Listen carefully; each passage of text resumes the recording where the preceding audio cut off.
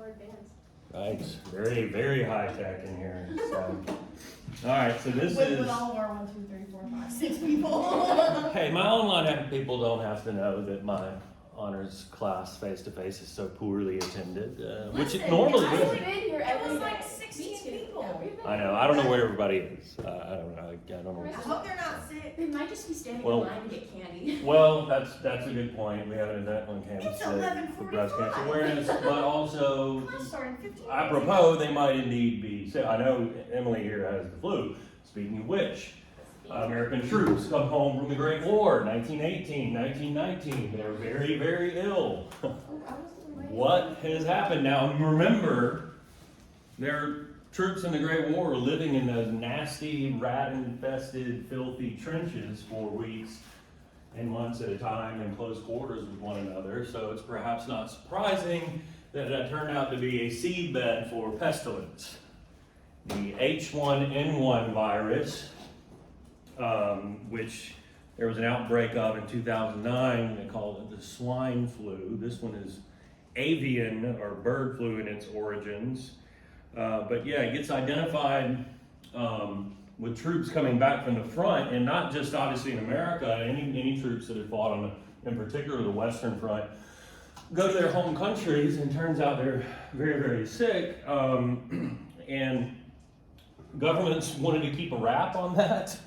And remember, even in America during the Great War, there was an attempt to control people's free speech and curtail anything that was negative towards the war. And so they tried to keep a lid on this. You know, what a sensational story that the Great War wasn't bad enough, and then millions of troops come home, and it turns out have gotten sick and are bringing this disease, this virus, back to their home countries. Spain had been neutral in the Great War, and it was Spanish journalists who were first free to sort of report about what was happening, and hence it gets called the Spanish flu, despite not having anything really to do with Spain. Its origins were the trenches and the front. And it lasts from 1918 through 1920. It infects between a quarter and a third of the population in America, 60 million people. Globally, 500 million people. It is responsible for 675,000 deaths in the United States. Could you repeat that number? You're not going to have to know it, but I will. 500 million infections worldwide, 60 million in the United States, 675,000 deaths in the United States. It was, something that was... I wonder what COVID's numbers are now. Huh? I wonder what COVID's numbers are now. It's a good question. You can probably pull that up in New York Times real quick. But to your point, I was going to say that having lived through this recent experience, this is maybe not as shocking as it would be otherwise. Certainly, it was shocking at the time. And that's interesting too, in that when we talk about here in a little bit the Depression, the Great Depression, those numbers were shocking too if we hadn't just been through something that in some ways mirrors that experience. And we'll talk about the ways in which it was similar and also very, very different.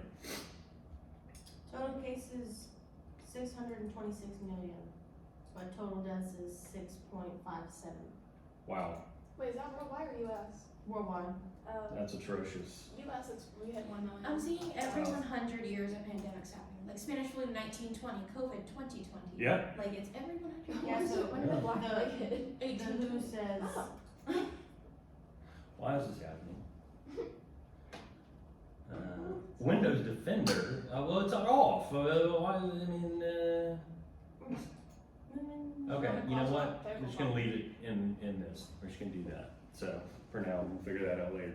So we need to talk at least briefly about what happened in Russia, because you can't understand 20th century American history if you don't understand the revolutions in Russia in 1919. A lot going on. You know that Russia was part of the Allies, and Russia initially was an empire. So it was a little bit of an outlier among the Allies in that Britain, France, America were democratic republics, and it was still an empire with a Tsar or an emperor, and a dramatically unequal society, somewhat similar to the French ancient regime that we talk about in my world class, where the vast majority of wealth is concentrated in a very, very few number of people at the top of society. And the vast majority of people, if they live in some of then Russia's very few large cities like Moscow or St. Petersburg, are poor wage earning workers in factories, but outside of those cities, the vast majority are peasant farmers.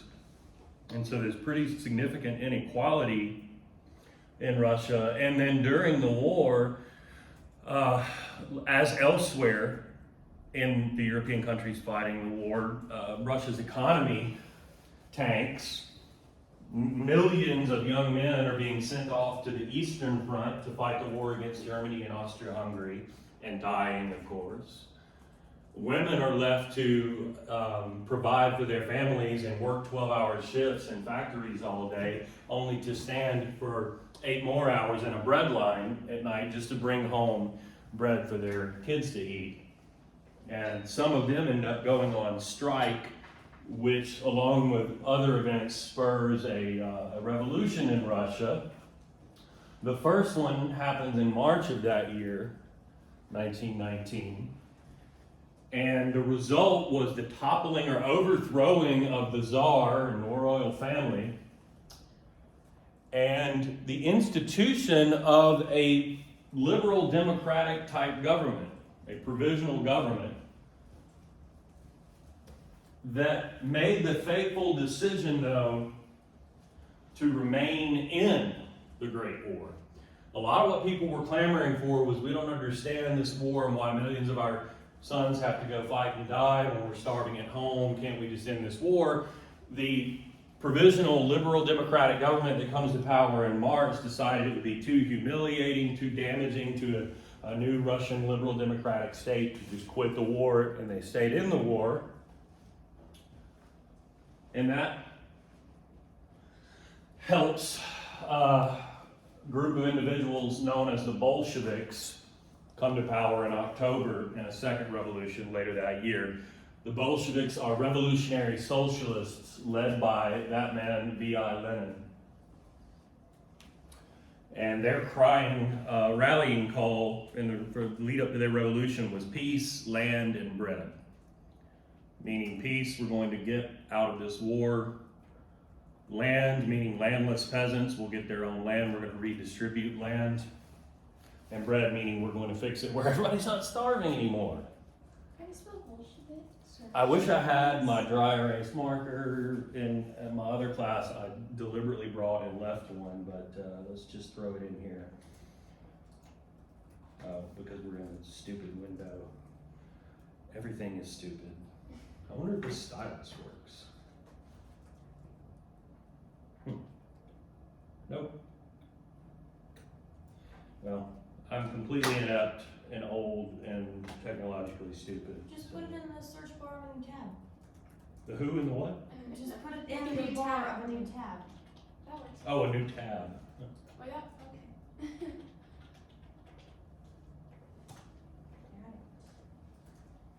See, you just have to have a different way of thinking about things. You can't be stuck in 1980s thinking, you know. The Bolsheviks are revolutionary socialists. Let's make sure that we know what this means. Oh, there you go. International Breast Cancer Awareness Day, as we know. What does it mean to be a socialist? What does it mean to be a revolutionary socialist? And so on. Are there other kinds of socialism? Do you think Anastasia died? Or do you think she's saved? Well, you just let the cat out of the bag, haven't you? This is the Tsar's family, that is the Romanov family. When the Bolsheviks come to power, they murdered them all. Or did they? Oh. There's a legend that one of the daughters, Anastasia, survived even into like late adulthood. I think probably not. Yeah, I because they mean- found 2 skeletons like a few miles away. Yeah, there's some evidence that points to that she was killed along with the rest of them. Sad story, but this points to kind of the core of what it means to be a Bolshevik, to be a revolutionary socialist. There are democratic socialists. You know, Bernie Sanders even though he's kind of not really, declares himself a democratic socialist. We've talked about Eugene Debs in here. Debs was a democratic socialist. That means he believes in socialism, but he believes also in democracy and running for office and people getting to vote for their elected representatives.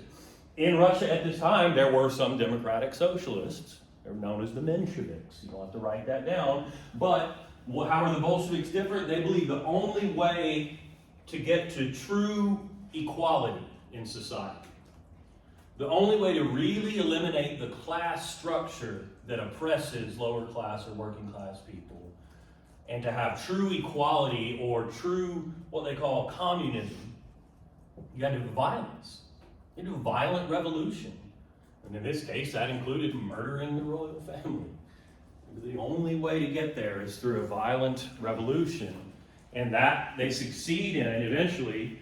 They topple the provisional government in October. They have to fight a long civil war against more or less everybody else in Russia, including people who supported going back to the empire, people who were democratic socialists, people who were liberal Democrats who supported the old provisional government, and so on. But let's back it up just a little bit and understand even what we mean in sort of political economics terms when we say someone is a socialist. I want you to think about something they call in economics the means of production. The means of production in an economy. And in an economy like Russia's at this time, they're industrializing, but they still have millions of acres of farmland. So when you're producing things, what do we mean and where are they being produced? Well, you have agricultural commodities, like wheat or whatever, they're produced on land, right? So the means of production of the land are farms, okay? Got it? Farms. And if we're talking about manufactured goods, many of those are produced in factories, right? So means of production, factories and farms. You with me? In a capitalist society, those things are privately owned. Individuals own land, or eventually corporations, which are legally, in liberal democratic countries, individuals before the law. But if we're talking about factories, those are owned by companies or corporations too, right? But they're privately owned is the key, okay? If you are a socialist, you believe in the social ownership of the means of production. I want you to stop here and think. I don't mean owned by the government. I mean socially owned. That means shared, collectively owned, meaning you believe the land belongs to the people who farm it, collectively, not individually. You believe the factories should belong to the workers who work in them, collectively. Social ownership of the means of production. At a very basic economics level, that's what it means to be a socialist. Now, if you are the kind of socialist we're talking about here, you also believe in the classless society and trying to eliminate the class structure that oppresses working class people. You believe, in other words, that capitalism inherently, at its core, oppresses working class people, and you needed to have another system that would work to eliminate those classes and bring about equality. And that would involve, for some people, class warfare. And obviously some measure at a basic level, redistribution of wealth in society through some way, shape, or form. And if you are a revolutionary socialist, you believe it's going to take a revolution. Now, what happens, though, when you come to power and all of a sudden private ownership of land and factories or businesses is eliminated, and it does happen relatively quickly, who then decides what is produced in those factories or on those farms, where it's sold and to whom and at what price?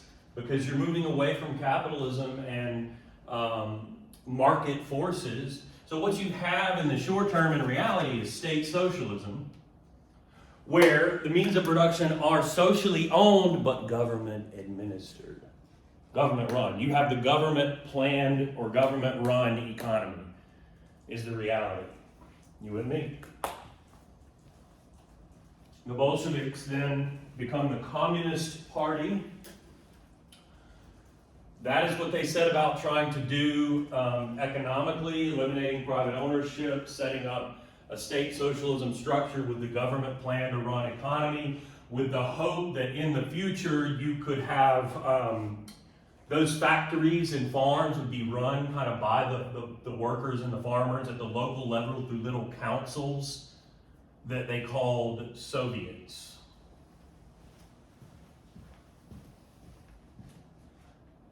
Workers and peasants councils, which even during the war they had soldiers councils called Soviets. And so what Russia becomes under the communists is the Soviet Union.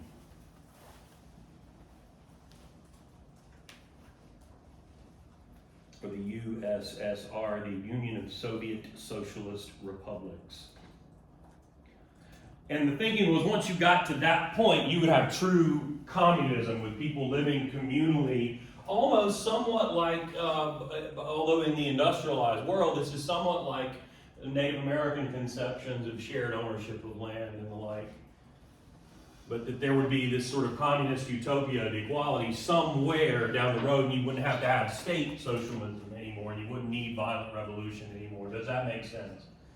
Finally, people like Lenin, who the government knew was a threat and had banished him, and he actually ends up working with the German government to smuggle him back in on a train to lead the revolution. But it's apropos that he was in Germany because one of the people he had read throughout his life was Karl Marx.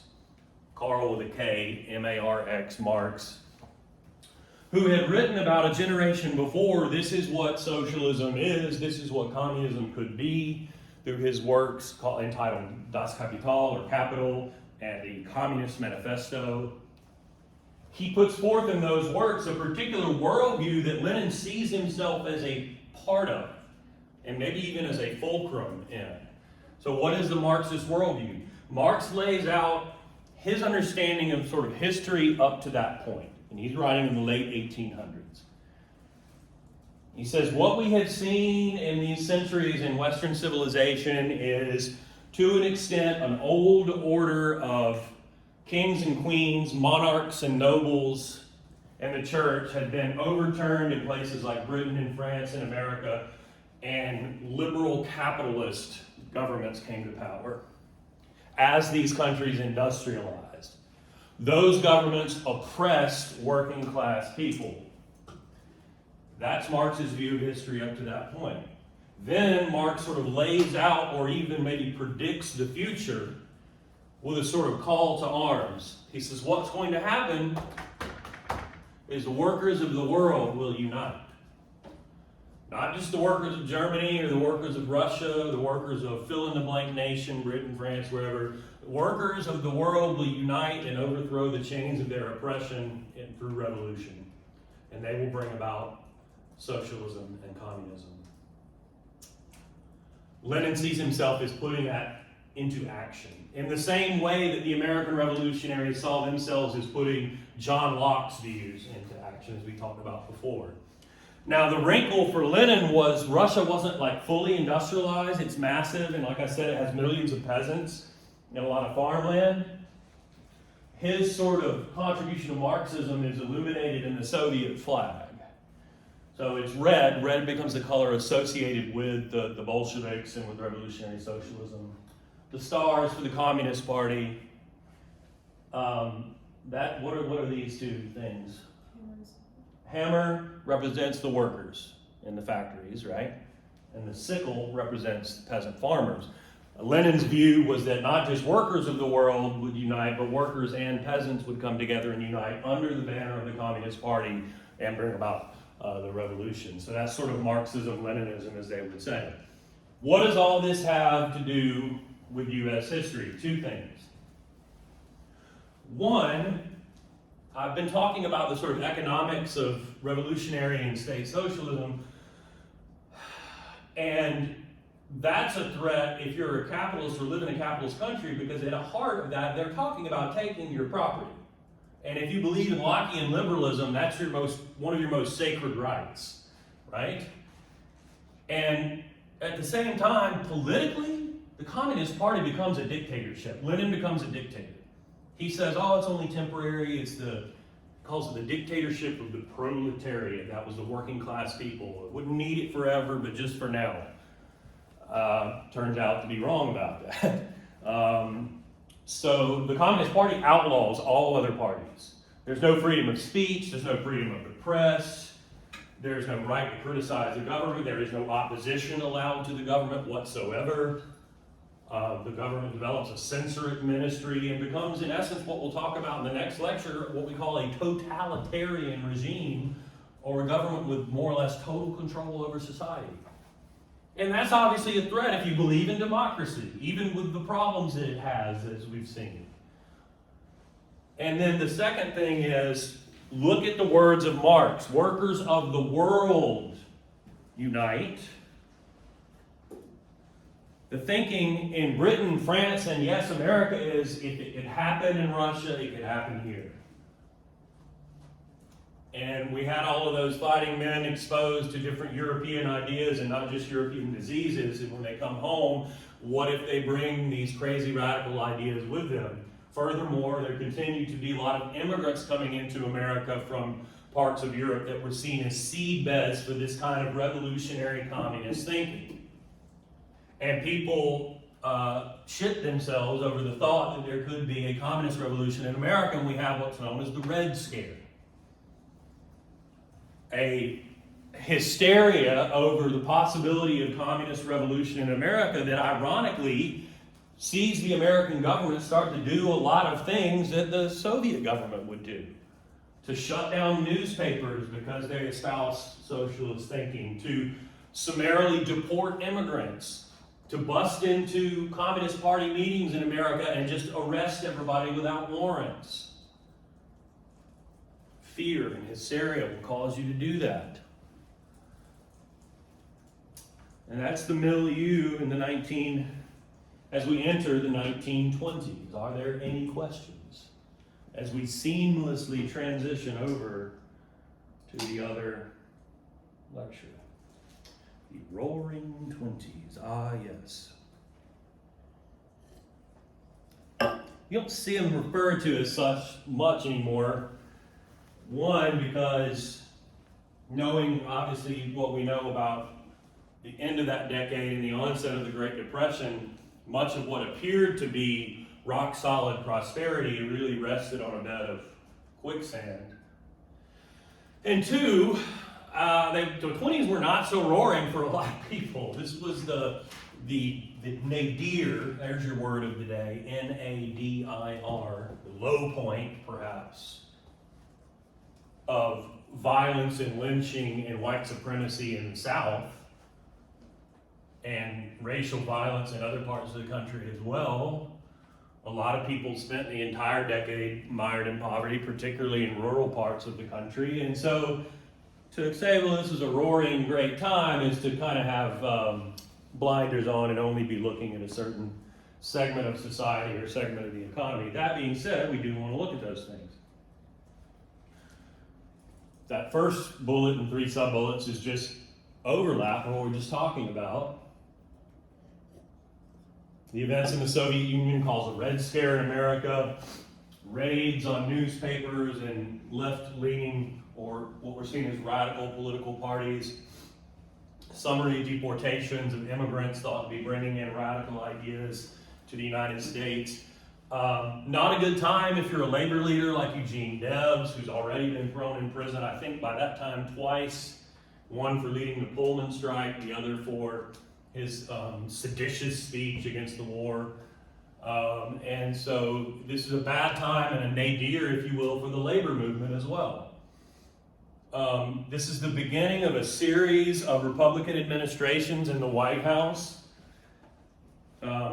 Warren Harding gets elected at the end of the Great War by saying what we need is a return to normalcy. That's his campaign slogan, return to normalcy, meaning on one level, the Great War will be over, we won't be in a total war anymore, we can go back to the way things were. The subtext, and probably what he meant even more so, is we can roll back all these regulations and go back to the laissez-faire of the Gilded Age. Maybe even walk back some of what had been done in terms of regulatory affairs or state agencies and whatnot during the Progressive era. So return to normalcy might have meant return to laissez-faire, or government backing off of any kind of regulation of the economy, big business, and so on. Calvin Coolidge carries forth that general approach, saying something like, the business of the American people is business. Like, we are the party, at this point the Republican Party has become the party of big business, of corporate America, if you will. And generally carrying out a policy of deregulating corporations and the economy with the hope and the thought that that would benefit growth for those companies in the economy, and that would trickle down to working class people. Herbert Hoover carries forth the same approach when he is elected president, and he will be the president to sit in the White House as all of this comes crashing dramatically down.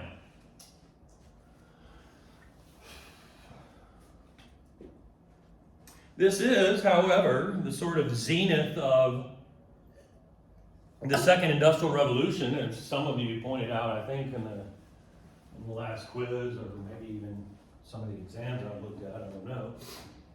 But you have the advent of mass production. Henry Ford, founder of Ford Motor Company. That guy was a lot of things, including a racist anti-Semite, but a great student of efficiency. He invented the 8 to 5 workday. Yeah, they had a huge plant in Dearborn, Michigan, outside of Detroit on the Rouge River. It was called the Rouge.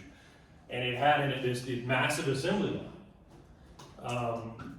Ford essentially invented the concept of the assembly line, heavy machinery, obviously run by electricity, and with workers at various stations along the line that with that automobile, as it came down the line one after another, performed the same task over and over and over again, be it putting on a wheel or a hubcap or headlight or installing a windshield, whatever it was, that was their task that they did over and over and over, which means obviously they got very good at it and could do it very quickly, but it also means rather than having a worker or a group of workers building a car from the ground up and then moving on to build another car, you had at any given time hundreds of automobiles in the process of production. And that factory is just churning them out 8 to 5 every day, paying the highest wages in America, people moving up in Michigan just to get a job there under Ford when things were going good. So Ford created the assembly line, or he created the automobile? Well, he definitely is the father of the assembly line.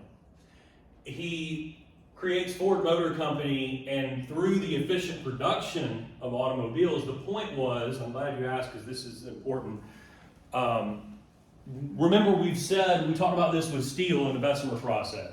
What's the upshot if something is done more efficiently? It's cheaper.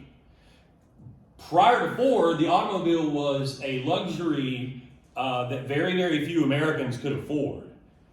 Ford's contribution was to say, man, if we can make this affordable for the average middle-class American, can you imagine what this would do? I mean, this would change American society forever, and it has. So Ford's contribution was to make an affordable, no pun intended, automobile, and he does that with the Model T, I think it was, Ford. Furthermore, assembly line style mass production then gets applied to industrial production of all kinds of consumer goods, everything from processed foods to the beginning of health and beauty products with these chemical companies like Dow and DuPont and whatever the other ones are. Well, this is the first time in American history where you go into somebody's home and in the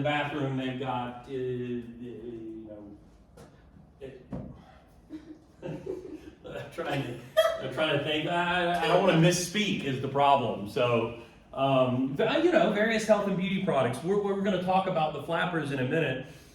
In the Victorian age, in the Gilded Age that we've just come out of, if you were a woman out on the streets wearing like rouge and lipstick and whatnot, you would be assumed to be a lady of the night. You would be assumed to be a prostitute. Not so anymore, and those kind of products are mass produced, right? Or even like toothpaste or shaving cream is what I mean. And like I said, all manner of processed foods, from soup to canned beans to canned meat to whatever it may be, to cereal and granola bars and you name it. This is the era of baseball becoming America's pastime. So baseball gloves and bats and baseballs and things. Cigarettes, bottled soda. All of that shit is mass produced in some kind of assembly line style. Does that make sense?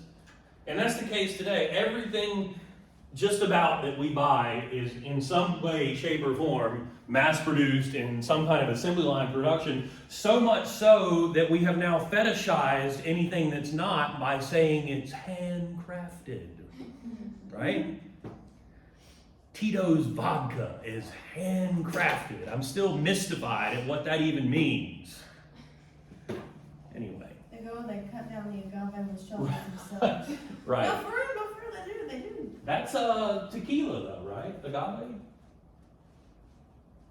I don't know what, I mean, you can make vodka with different things, like potatoes and whatnot. Yeah. Or grains, I think, I don't know. Oh yeah, that's right. I was thinking of Don Julio. But I guarantee you there's a tequila that markets itself as handcrafted too. That's probably like Patron or something like that, right? Anyways, let us not digress. But Those of us of age, as it were.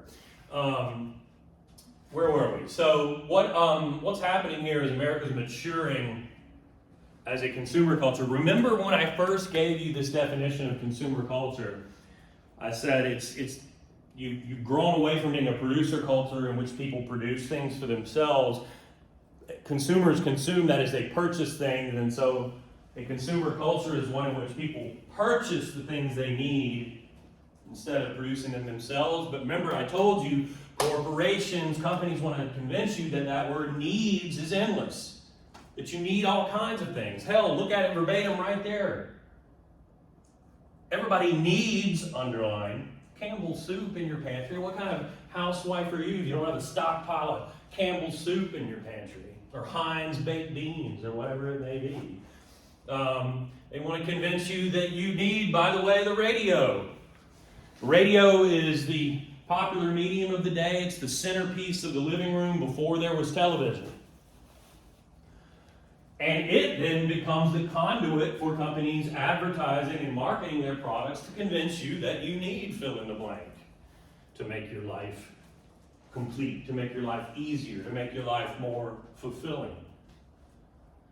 And there's all kinds of programming that comes out on the radio too. I mean, everything that you would eventually see from television, from news to sports, like I said, baseball. That's how baseball becomes America's pastime. People follow it on the radio, even miles away, states away.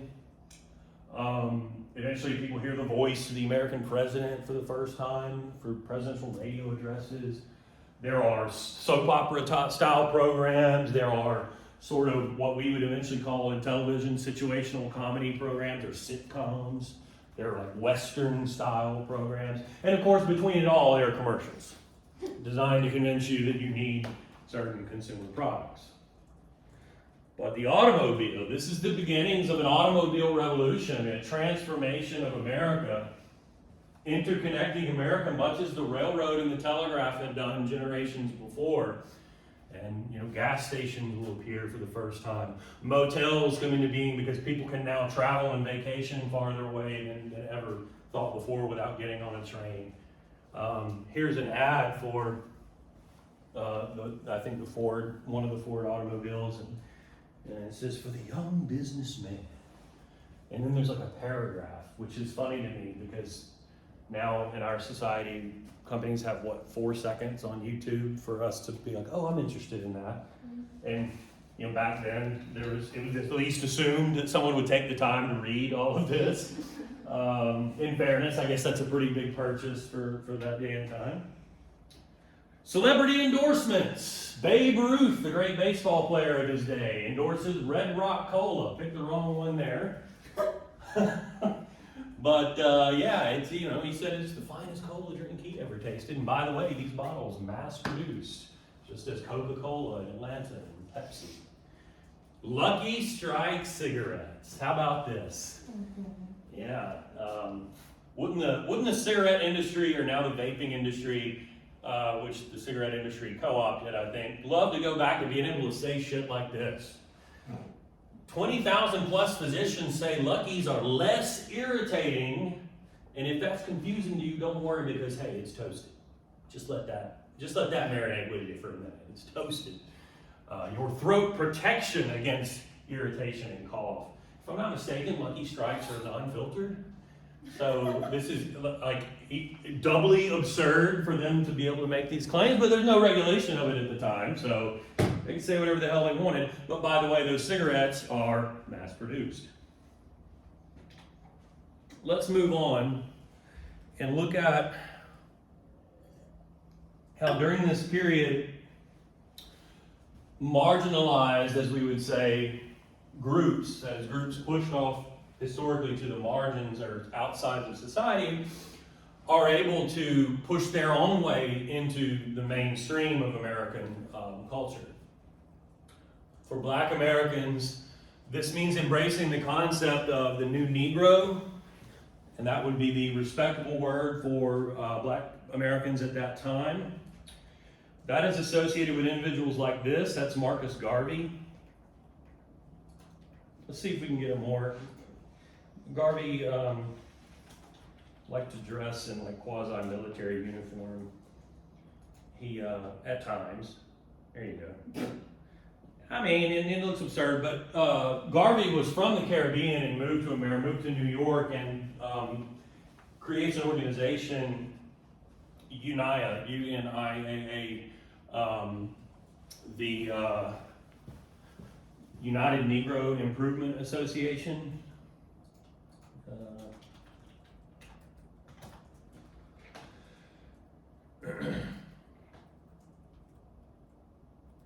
Universal, I'm sorry, I knew I screwed it up.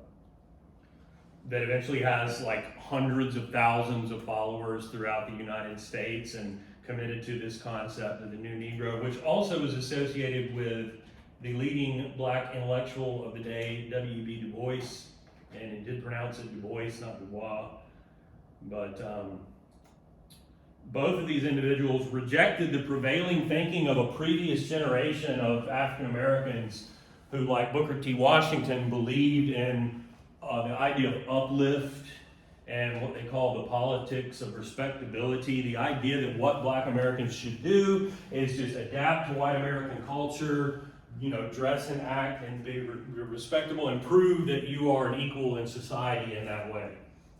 And understand that things like Jim Crow segregation were just realities that you had to live with. Garvey, Du Bois rejected that and said what you need to do instead is embrace your African heritage and roots and culture, create cultural or political institutions, and UNIA would be a political institution, but create cultural and political institutions that are your own, that are African American. And for Garvey, that went along with ideas like Pan-Africanism, the idea that all Black people in the New World and Africa constituted a one people who ought to cooperate with one another in their own mutual self-interests. The idea of Black nationalism, the idea that Black people in America constituted a nation within a nation, so to speak. One of the cultural creations to come out of this way of thinking is jazz music. An improvisational form of music born more than anywhere on the streets of New Orleans, where Black people used European instruments, brass instruments primarily, like the trombone or the cornet or the tuba, but set music to African polyrhythms that had survived through slavery times and also implemented elements like swing and, like I said, improvisation to create something totally unique and something that takes the entire country by storm, such that when people don't call it the Roaring Twenties, they often call it the Jazz Age. Jazz becomes a rage in all the clubs all throughout America, played by black and white musicians alike and otherwise. And it's no mistake that jazz and also blues music, which is born down in the Deep South as well, and has some of the same elements and also origins in slavery, it's no mistake that those things spread from the Mississippi Delta and New Orleans to Memphis and to St. Louis and to Chicago and then to New York and Philadelphia and out west as well to San Francisco and so on, because black people during this time are leaving the South by the millions. If you were black in a Jim Crow South, why wouldn't you want to leave? Now, they don't necessarily end up in those other cities and find some sort of racial utopia. In fact, there's quite a lot of violence, segregation, disenfranchisement in those areas as well. But the upshot here is that this allows for the spread of these uniquely African American cultural creations throughout the country, through the Great Migration. That is, African Americans leaving the South by the millions during this period of time, the Great Migration. At the same time, we have finally seen the American people and the American Congress enact the 19th Amendment. The women's suffrage movement had been working for and towards for over 100 years, guaranteeing women the right to vote. 19th Amendment, 1919, I think ratified in 1920. What is remarkable to consider that we have just passed the 100-year anniversary of that. To think about that another way, some people in this day and age live to be 100, so we're literally only one lifetime away from when the United States saw fit to grant women the right to vote. Given that perspective, you could probably guess that this does not lead to sort of immediate political or social equality for women in America, but it does coincide, probably not coincidentally, with a similar cultural phenomenon in the embracing of the idea of a new woman. That is, a rejection of the Gilded Age idea, the Victorian cultural idea that what women ought to do is to marry and to become homemakers and to have many children and to raise those children and tend to the domestic sphere, as they call it. The new woman rejects that idea and seeks, instead of marriage, education and entering the workplace in new occupations other than just a teacher or a nurse, and to then build a career of her own, and to seek some measure of social and political, to say nothing of economic equality, outside of this concept of being the homemaker, being confined to the domestic sphere. Culturally, at the same time, women are going to these jazz clubs, not necessarily on the arm of a man. In the Victorian or Gilded Age, the idea that a woman would be out on the town without being accompanied by a man was, again, this would get you probably looked at funny as maybe a woman of the red light district, particularly if you were dressed as such. We have to kind of pick ourselves up out of 2022 and go back, I guess, 100 years to understand why this is scandalous behavior to look like this. But, in the previous generation, your dress was all the way down. You're not even showing ankle. And these ladies, those are cut up to mid-thigh, right? What else is scandalous about their appearance? They're wearing makeup. Or makeup, as we said, which was not acceptable in generations prior, but becomes perfectly commonplace. And at the same time as that stuff is being mass-produced and made available cheaply. But what else? Their dresses are really good. The dress is not only a high cut up the thigh, but also low cut in the chest, wearing jewelry, Flashy colors, which would not have been cool in the generation before. And then, well, I mean, what's the most obvious thing of all? When you think about flapper culture, what's the most obvious thing? Short hair. Short hair. Boyish haircut, yep. Which becomes common during that time. And then think about what are these women doing? They go into these jazz clubs, dancing, these sensual dances to jazz music, which, by the way, is being played by black people and is black people's music. And it's all very scandalous to a previous generation. And I know that's common from one generation to the next. But finally, I think because I gave you the progressivism lecture. I don't know who's watched it yet or taken notes, but I think in that lecture I say you're going to have to learn 16, 17, 18, 19th Amendment. I made you learn 13, 14, 15 Reconstruction, and I got 4 more. We just went over 19.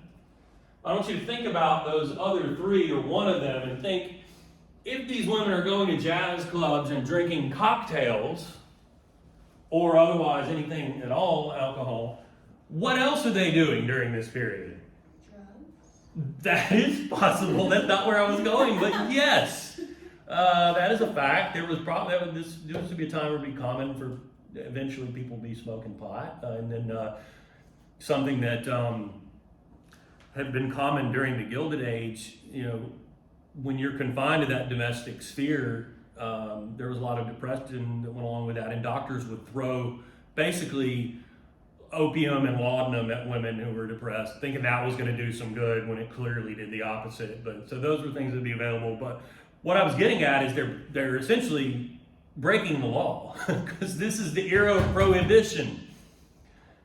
Now it was not technically illegal to drink alcohol, but it was illegal to manufacture and sell alcohol. So if they're going to speakeasies or otherwise clubs that are selling alcohol, that is also illegal. So that is scandalous as well. Questions about this or anything else? Well, needless to say, it all comes crashing down. And so let's talk about the end of this decade and the origins or causes of what becomes the Great Depression. The greatest economic calamity in American history, unrivaled into our very recent COVID-induced economic calamity, but with a key, big difference that we'll talk about. What I mean at the top there when I say there's the debate, there is some debate from scholars or between scholars, among scholars, as to not necessarily what caused this depression, but what made it so bad. And it can be a politicized debate because nobody wants their side to be more to blame than another. And this is only, as like I say, a generation removed from our present day. So you will get some different angles or different takes in terms of just exactly what made this so bad. The way I present it is more or less how your textbook does in terms of what would you focus on. First of all, let's understand what the word depression means. Have you guys had micro or macro econ? Hated it. I despise that class. Wow, interesting. I kind of enjoyed it. It just seems really boring. I didn't care about what he said. Everything flew over my head. I did not learn this. Fair enough. Well, I mean, and with your major, it really doesn't matter, does it? So, Said, yeah, I mean, fair enough. Who? It's a video. So they were saying that they didn't want anything to do with those economy classes. Oh. And there's a video that says, yeah, I mean, fair enough. I'm a little lost, but fair enough. Okay. Well, fair enough. I'm not going to go too deep. I mean, a lot of it's over my head too, but we'll just keep it very, very simple. Part of what I was getting at is depression is not technically really even an economics term. It's something that we kind of came up with to come to terms with how bad this was. What this is in economics terms is a really horrible recession. Recession is an economics term. So when we think about economics on the macro level, there are certain indicators that can be quantified in terms of the health of an economy, how well the economy is going or doing. One of those is the gross domestic product, or the GDP. Already discussed it.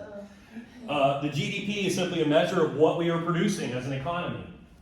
Manufactured goods, agricultural products, whatever, tally it all up in a given quarter. And what does that look like? And by quarter, I mean every 3 months. So 4 times a year, we take a look at the GDP and see what it's doing. In a capitalist economy, it should be growing. That number should be going up. Sometimes it'll be big numbers, sometimes less, but it should go up. When it goes down in a quarter, and then down again the next quarter, you have entered a recession. If it continues to go down or goes way, way down, that's when we start to say, oh shit, this is something wholly new. This is not even a recession, this is a depression. Does that make sense? That's what happens here beginning in 1929. So what are some of the root causes of it? Structural flaws in the economy. What do we mean by structural flaws? That means, if you think about our economy like a house that you can build on and keep building on and keep building on, and there's something rotten in the foundation of that house. Foundation is not strong. What are those structural flaws? Number one, during the so-called roaring 20s, corporate profits were going up. Companies, big businesses were doing very well. But what was supposed to happen in terms of that trickling down and wages going up wasn't happening. Wages stayed stagnant. So Corporate profits up, wages stagnant, do not go up along with them. And I know we're in the midst of really, really bad inflation right now, but inflation in a general sense is something that will happen over time. And you take those two facts, I mean, if things are eventually going to cost more, but people's wages aren't going up, what that represents is an erosion of the ability of the American consumer to consume. People need to make money to spend money. Corporations need people to spend money to buy their stuff, right? And if prices of stuff is going up and your wages are not, your relative ability to buy that stuff is going down. And that's one of the things that we see here. Also, the rise of indebtedness, an embrace of buying things on credit, which is fine and good if the economy is growing. You have the ability to pay on your debts, but it's risky. Particularly when we also have significant structural inequality. The wealthiest 1% of Americans were receiving about 15% of the nation's income. And also, Coolidge, during his administration, had made significant cuts to the top end of America's progressive income tax, which had just been established, by the way, with the 16th Amendment. It's considered progressive and called progressive because it was seen as a way to have some very, very limited redistribution of wealth in America by creating tax brackets and taxing very rich people at a slightly higher rate than more working class people.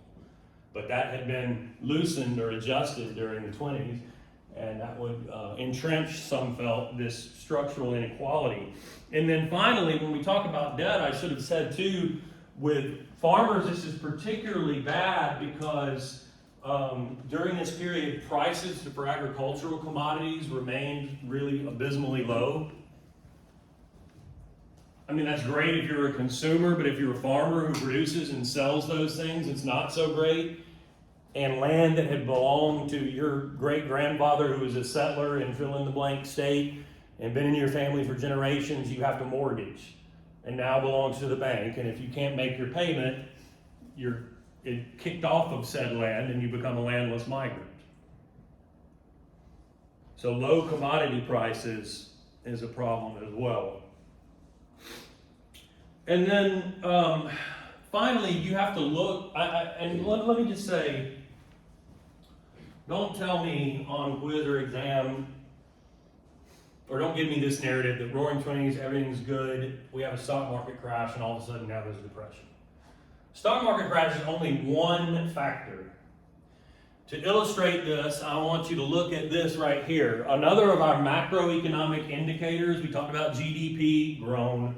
Another would be the Dow Jones Industrial Average. This is an average of values of stock for key companies that are sold on the New York Stock Exchange. Look where it says Black Tuesday. That's the stock market crash, right? It recovers right there and then drops again to about that level. Look at this. That's 1929 and 1931. Shit gets a lot worse. So there's something going on besides just that initial stock market crash. Things get dramatically worse, and we need to look at that. But first, I know we're running out of time. The stock market crash itself has causes. And this maybe dovetails with structural flaws in general. There was a general misguided optimism about the American economy. There had been 2 recessions back in the Gilded Age, and I don't remember if we talked about this or not, but in the 1870s and the 1890s there were recessions. People look back on that from the perspective of the late 20s and thought, those were growing pains. We were industrializing. Now we've moved past that to a period of permanent growth. People believed that this economy would simply grow and grow and grow and grow. And there would not be a recession again. And specific to the stock market, look at the numbers. From the mid-20s to the late 20s, skyrocketing. Nothing but growth. The stock market in particular was seen as guaranteed easy money. And that stocks would simply continue to rise and rise and rise. And some people put everything they had in the stock market. And that's one of the ways in which you see this depression hits people at every level of society, from poor to middle class to super rich. Because if you had everything and you're a millionaire, multimillionaire in the stock market, and it crashes before you get out, you're ruined too. And then think about more working or average middle class people, I should say. They were doing what we call buying stocks on margin, which is essentially going to a broker and paying a down payment for a stock and then making payments on it as you go. And so the idea is, I'm going to go buy, $1,000 of stock in the American Telephone and Telegraph Corporation, AT&T. I'm going to pay $300 down for it. So I owe $700 on my $1,000 AT&T stock. I'll make my payments. By the time I'm done, man, my AT&T stock's going to be worth $1,500, $2,000, whatever. Until it's not, and things go the other way, and there's a crash, and your $1,000 AT&T stock is now worth $500, and you owe still $700 on it. Do you see what I mean? Buying stocks on margin, risky behavior is one of the causes here. Reckless investing, you might say. And then, of course, there's panic. This is, as we'll talk about, we may have to stop and come back to it to talk about bank runs, but this is what we call an economic self-fulfilling prophecy. A self-fulfilling prophecy means something that you prophecy or predict or fear, that you then engage in behavior that millions of other people do the same thing, and by your actions you bring about that thing that you feared. In this case, a crash in the market. So you get to the end of this week in October, might have been, I don't remember exactly the date, might have been right about right now, That's called manifestation. slightly less than 100 years ago. There's buzz over the weekend about, man, did you see how markets were volatile? I mean, what's going to happen, man, next week? And Monday, everything was okay. And then Tuesday, everybody panicked. Everybody went to sell, which of course brings about a massive crash on that day. There's an initial recovery, but it crashes again. And this is, I think, understood to be sort of a starting point. Now I want you to internalize that and remember that. This is not just snap your fingers depression. This is the beginning of a downward spiral that continues all the way to 1932. At the heart of that downward spiral is this. What do we do, and we've seen this in your own lifetime, what do we do when times get hard, money is scarce? We don't buy. We don't buy things we don't actually literally need. We don't listen when corporations tell us we need fill in the blank. We only get what we actually do need. So we scale back our purchasing, right? When we do that, though, maybe if we're talking about en masse, millions of people, that hurts the corporations that sell that stuff. Corporations want to make a profit. So what do they do when their sales go down? They decrease. Well, that's true. The price of something falls if there's not the demand for it, which, by the way, also would hurt them if the price of their products are falling. So you cut costs by laying people off, cutting people's wages, cutting people's salaries. But if we're talking about hundreds of thousands of companies doing this collectively, and nobody's thinking about the aggregate or the whole here, just their own bottom line. But what does that do when people are becoming unemployed and seeing their wages or their hours or their salaries cut? Those are the American consumers that then can't consume. And so it feeds upon itself. Companies lay people off. That's more people that ain't got money to spend on shit, which is worse for companies that have to lay more people off and over and over and over again. At the same time that the stock market is collapsing far below what it did on that Black Tuesday in October of 29. And at the same time, what happened in the stock market is happening in banks. There was no deposit insurance in banks at the time. And people worry about Joe Schmo local bank going under because they made bad investments with your money in the stock market. And they worry that they're not going to be able to get their money out if they go to the bank, so everybody runs down to the bank at the same time to withdraw their money, which of course causes the bank to fail. Another self-fulfilling prophecy. And it happens to thousands of banks all over the country, and in some cases people don't get their money out and they do lose it all because there is no deposit insurance. And so the upshot is, by 1932, look at any of the macroeconomic indicators, and the economy is at an all-time low. 25% unemployment, which before a couple of years ago would have been completely unthinkable. The GDP collapses by about a third. Production in some sectors goes down like 75% what it had been before. People are homeless, people are hungry. 13 million people can't get jobs and so on. The stock market has totally collapsed. And I want you to consider that, yes, there are parallels in terms of some of those numbers to what we just went through, but back then there's no Social Security, there's no Medicare, Medicaid, there's no FDIC, there's no SEC, there's no social safety net to stop things from getting worse and worse and worse, especially in terms of their impact on people and not just numbers on a page. So that's what we'll talk about next time is, well, first of all, what was the Hoover administration's response? What happens in the election of 1932? And what new ideas does Franklin Roosevelt bring to the table when he is elected?